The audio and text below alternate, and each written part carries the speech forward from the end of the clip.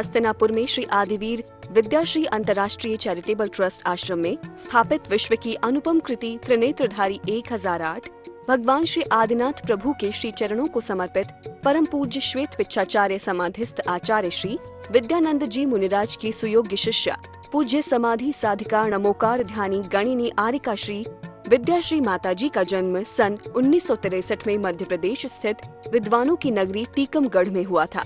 पूज्य आरिका श्री विद्याश्री माताजी उनकी गृहस्थ जीवन की जुड़वा बहन है। पूज्य गुरुमां अपनी उम्र के काफी आगे के पायदानों पर पहुंचने के बाद भी अथक अविरल रूप से कठिन साधना करते हुए मोक्ष मार्ग की ओर प्रशस्त रहीं और उनकी करुणाएं देखते हुए हर किसी को ऐसा प्रतीत होता कि अपने साथ साथ अनेक संसारी जीवों के लिए मोक्ष का मार्ग प्रशस्त करना उनका परम लक्ष्य है। और ये सब हो भी क्यों ना, क्योंकि पूज्य आरिका श्री विद्याश्री जैन जगत की श्रेष्ठ आरिकाओं में से एक थी। तभी तो इनकी धर्म के प्रति निष्ठा और समर्पण को देखकर कालांतर में इन्हें पूज्य राष्ट्र संत आचार्य श्री विद्यानंद जी महाराज ने गणिनी पद से विभूषित किया। उम्र बढ़ने के साथ ही पूज्य आरिका श्री का शरीर शिथिल होने लगा और लगातार स्वास्थ्य में गिरावट होने के फलस्वरूप 8 मई 2021 को अपने नश्वर शरीर का ममत्व त्यागते हुए पूज्य गुरुमां ने जीवन की अंतिम बेला में आधि व्याधि और उपाधि से मुक्त होकर शांत भाव से इस नश्वर जगत का परित्याग कर दिया। शरीर का परिणाम जब है तब तक है, वो जाना है तो कोई बचा नहीं सकता। जीवन भर आपने सबका खूब भला किया माता जी। अंत समय जीवन के अब अंत समय है। दिगंबर जैन आरिका परंपरा की ये उत्कृष्ट परिणीति थी। आपका पार्थिव शरीर भले ही विसर्जित हो गया हो, परंतु आपके ज्ञान और वैराग्य की ज्योति निरंतर प्रकाशित होती रहेगी और आने वाले हर साधक का मार्ग आलोकित करती रहेगी। पूज्य गुरुमां नमोकार ध्यानी गणिनी आरिका श्री विद्याश्री माताजी के श्री चरणों में शत शत नमन, कोटि कोटि वंदन। श्रद्धांजलि गुरुमां गणिनी आरिका विद्याश्री के चरणों में आपने 7 करोड़ाधिक जप किए जीवन में और 3 लाख सुगंधित पुष्प अर्पित जिन चरणों में तीर्थंकर प्रकृति बहुपुण्य कमाया। कलिकाल पंचम में देवों ने आकराई समाधि, रम गई निज आत्म में। आहार त्यागा पद त्यागा, सिद्धियां त्यागी क्षण में। अंतिम उपदेश आशीष दिया, रम गई नमोकार धुन में। निर्विकल्प समाधि कर स्त्री पर्याय छेद पहुंची स्वर्गन में।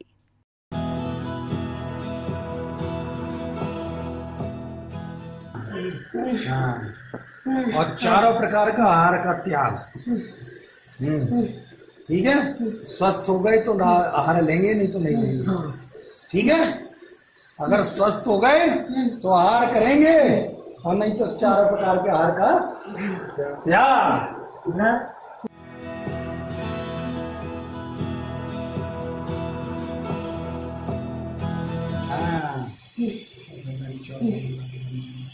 सब विद्याओं को धीरे धीरे उन विद्याओं को विसर्जन करो माता जी सबका।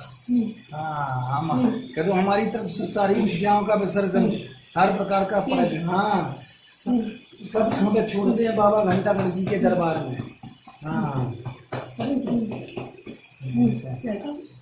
हाँ,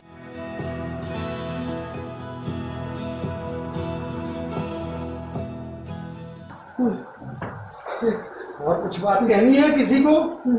हैं? नहीं कहनी? हैं? सबसे उत्तम क्षमा, सबसे उत्तम क्षमा। रोना नहीं बेटा, देखो बेटा, ये आत्मकल्याण की बातें हैं।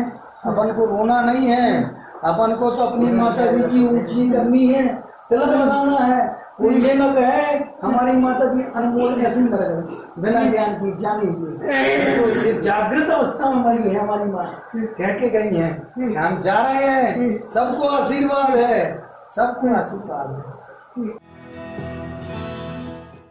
जय जिनेंद्र बंधुओं, स्वागत है आप सभी का इस विशेष प्रस्तुति श्रृंखला में, जिसमें आप लगातार देख रहे हैं तीर्थ भूमि हस्तिनापुर उत्तर प्रदेश में 14वीं बार आयोजित 41 दिवसीय ओमकारमय नमोकार विधान एवं जप अनुष्ठान के दुर्लभ दृश्य।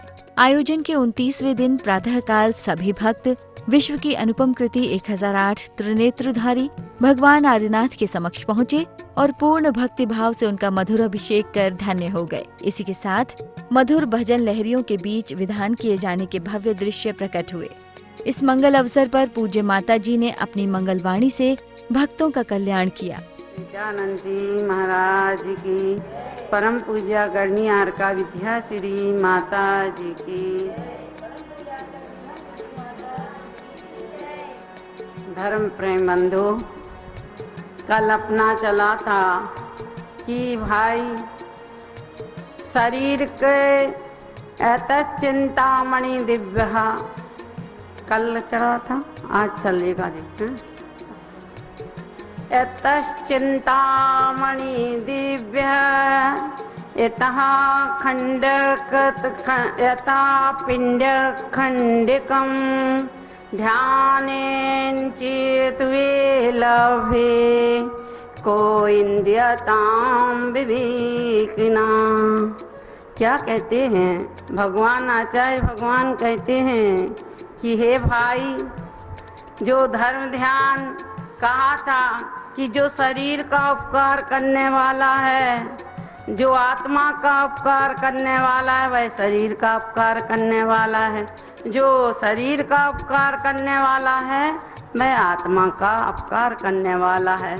तो यहाँ कहते हैं भाई, ऐसा चिंतन मत कर, ध्यान कर।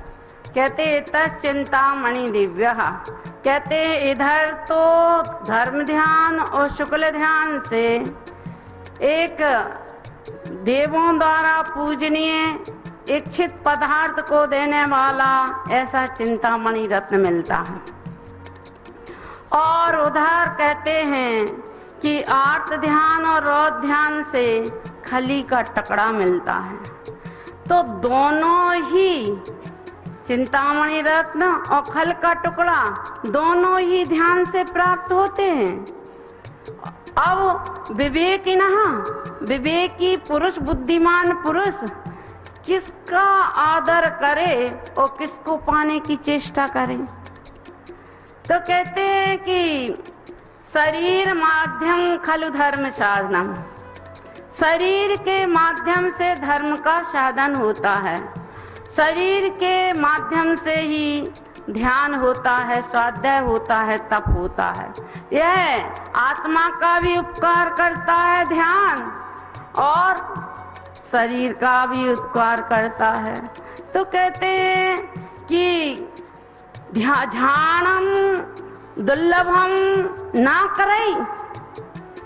कहते हैं ध्यान से ऐसी कौन सी वस्तु है, दुर्लभ वस्तु है जो प्राप्त नहीं होती है।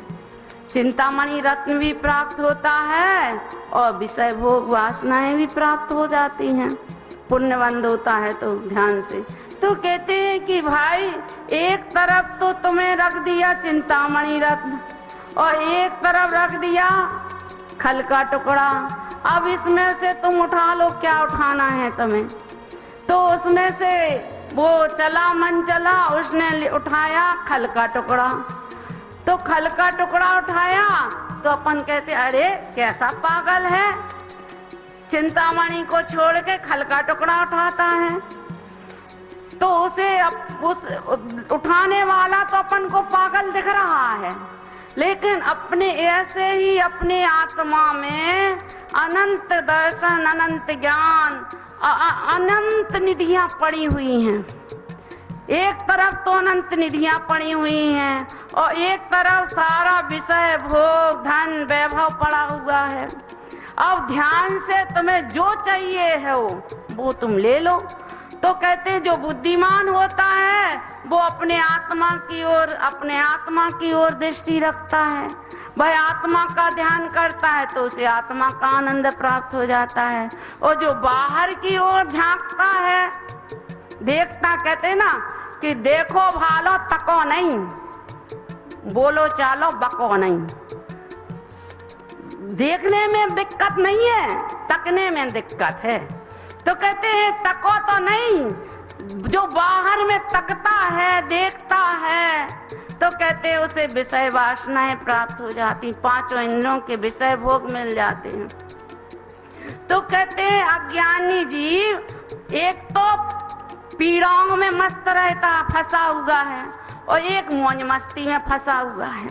तो जो पीड़ाओं में फंसा हुआ है वह आर्त ध्यान है, और जो मौज मस्ती में है वह रौद्र ध्यान है। तो कहते हैं आर्त ध्यान जो दुख में होता है, पीड़ाओं में होता है, चिंतन होता है, वह आर्त। इष्ट का वियोग, इष्ट का वियोग हो गया, अब उसका फिर से सहयोग होने की जो आशा लगी रहती है वह इष्ट वियोग है, नाम का अर्थ ध्यान। अनिष्ट का संयोग, अब अनिष्ट का संयोग जो अपने मन के माफिक नहीं हुआ, और वो अगर आ गया जिससे अपना प्रेम व्यवहार नहीं बनता है, और वो आ गया या वो अपने पास है, तो कहते हैं वो निरंतर कहते रहते हैं, हे भगवान जी कब जाए, दूर हो जाए, मेरे से अलग हो जाए। तो जो ऐसा विचार चलता है वह अनिष्ट का संयोग नाम का अर्थ ध्यान है। अब कहते पीड़ा चिंतन, अब शरीर में कोई रोग हो जाए, बीमारी हो जाए, तो मुंह डाल के बैठे हैं, अरे अब कैसे होगा, कैसे होगा, क्या होगा। अब वो सारा धर्म ध्यान तुम्हारा छूट गया। तो जो पीड़ा दूर करने का निरंतर चिंतन का चलता है वह पीड़ा चिंतन। और निदान कहते हैं जो आगामी सुख की इच्छा है कि हे भगवान ये व्रत पाल ले हम, तो हम राजा बन जाएं, चक्रवर्ती बन जाएं, इंद्र बन जाएं, वसुदेव बन जाएं। तो जो तुम्हारी आकांक्षाएं हैं वो निदान बंद है। और कहते ऐसे ही जो पीड़ा, कहते जो मौज मस्ती में लगा हुआ है, जो क्रूर परिणामों में, दुष्ट परिणामों में लगा हुआ है, वह रौद्र ध्यान है। आर्त ध्यान के बाद जो मौज मस्ती से रहता है, अर्थात मौज मस्ती से रहने वाला, वह रौद्र ध्यान है। क्रूर परिणामों के द्वारा जो ध्यान होता है, क्रूर परिणामों के माध्यम से होता है, दुष्ट परिणामों के माध्यम से होता है, वह रौद्र ध्यान कहलाता है। अब परिग्रह नंदी, तो कहते परिग्रह में अति अपरिग्रह जोड़ना, आवश्यकता से अनेक परिग्रह जोड़ना, विषयों की सामग्री इकट्ठी करना और उसी में मगन रहना, इकट्ठी करने में, यह रौद्र नाम का, यह परिग्रह नाम का रौद्र ध्यान। उसमें आनंद मानना, अरे मैं तो बहुत बड़ा आदमी बन गया, मैं तो करोड़पति बन गया। तो कहते इस प्रकार से हम अपने जीवन में ये आर्त ध्यान और रौद्र ध्यान, ये जो नरक के कारण हैं, खल के टुकड़े के समान हैं, इनको छोड़कर धर्म ध्यान और शुक्ल ध्यान जो है वह मोक्ष का कारण है, ऐसा जानकर हम धर्म ध्यान की ओर अपना अग्रसर हूँ। बोलो महावीर भगवान की जय।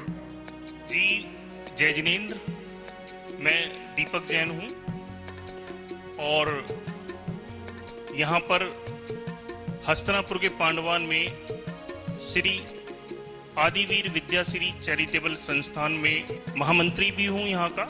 आप लोगों को मैं बता दूं, एक कल्पना आप लोग करें, कल्पवासी देव अपने अपने भवनों में विराजमान हैं और एक भक्ति कर रहे हैं। वो जो आनंद वहां आता होगा, उस आनंद के बारे में ना तो हम जानते हैं और ना हमें पता है। लेकिन आज मैं यहां आया और मैंने संध्या वंदन में वो आरती का आनंद लिया। बिल्कुल ऐसा लग रहा था जैसे साक्षात स्वर्ग में बैठा हुआ। साक्षात सौधर्मेंद्र जिस तरह से भक्ति में रत रहते हैं, सौधर्मेंद्र की भक्ति का पता ही होगा आप लोगों को, अनूठी भक्ति करते हैं वो। उसी तरह से, बिल्कुल उसी तरह से यहाँ हमारे इंद्र कुमार भैया हैं। अगर आप आओगे यहाँ देखोगे उनको भक्ति करते हुए, उनको गाते हुए, झूमते हुए, तो शायद वो दृश्य आपके सामने साक्षात तो ना हो, लेकिन उसकी अनुभूति तो होगी ही आपको। इस क्षेत्र पर विगत 40-42 दिन से यहाँ रोज विधान चल रहा है, और वो विधान यूं तो सभी लोग अपनी अपनी भक्ति से, अपनी अपनी श्रद्धा से, अपनी अपनी सामर्थ्य से करते हैं, करते भी होंगे, लेकिन यहाँ का जो विधान है, यहाँ की जो बात है, बिल्कुल अलग है। तो मैं चाहूंगा कि आप यहाँ आएं, यहाँ के विधान से जुड़ें। कृत, कारित और अनुमोदना का फल हमारे यहाँ एक ही बताया है। आप नहीं आ सकते, कोई बात नहीं, घर बैठे अपनी तरफ से यहाँ विधान कराएं। आगे आने वाले समय में जो आप धनराशि देंगे, देखिए इस क्षेत्र पर अभी तक पंच कल्याणक नहीं हुए हैं। विशाल मंदिर जी बनकर तैयार है, धर्मशाला बनकर तैयार है, सारी सुविधाएं यहाँ तैयार हैं। बस हम इंतजार कर रहे हैं कि हम कब पंच कल्याणक उत्सव मनाएं। तो मैं आप सब लोगों का आह्वान करता हूं कि आप इस क्षेत्र पर आएं, इस क्षेत्र से जुड़ें और आने वाले जो पंच कल्याणक हैं उनमें अपनी भागीदारी सुनिश्चित करें। निश्चित तौर पर ये एक ऐसा कदम होगा कि आपको साक्षात शाश्वत सुख की ओर ले जाएगा। इन्हीं बातों के साथ मैं वाणी को विराम देता हूँ। धन्यवाद। जय जिनेन्द्र। दिन में आयोजित हुए इन कार्यक्रमों के बाद सायंकाल की मंगल बेला में मंगलमय महाआरती की गई। दर्शकों, आज की कड़ी में बस इतना ही। कल इसी समय हम फिर हाजिर होंगे। आज्ञा दीजिए। जय जिनेन्द्र।